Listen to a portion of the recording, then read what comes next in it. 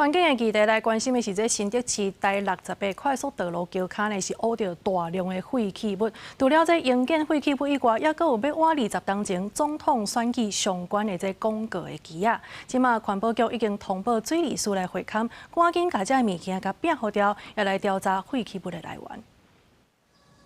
安门头、钢筋，也阁有塑胶等等的建筑废弃物。上憾的是，今年阁有2000年总统选举时的广告机啊。这拢是伫咧新竹市头前溪桥骹挖出来废弃物，当地议员表示，过去头前溪就捌互人偷倒废弃物，即马阁互人挖出这么侪粪扫，恐惊早就造成水源污染，要求市府甲工程单位爱赶紧处理。那么大块的一个营建废弃物，既然会在这个东区的现场来挖掘的时候发现这个是相当离谱的事情。这个要求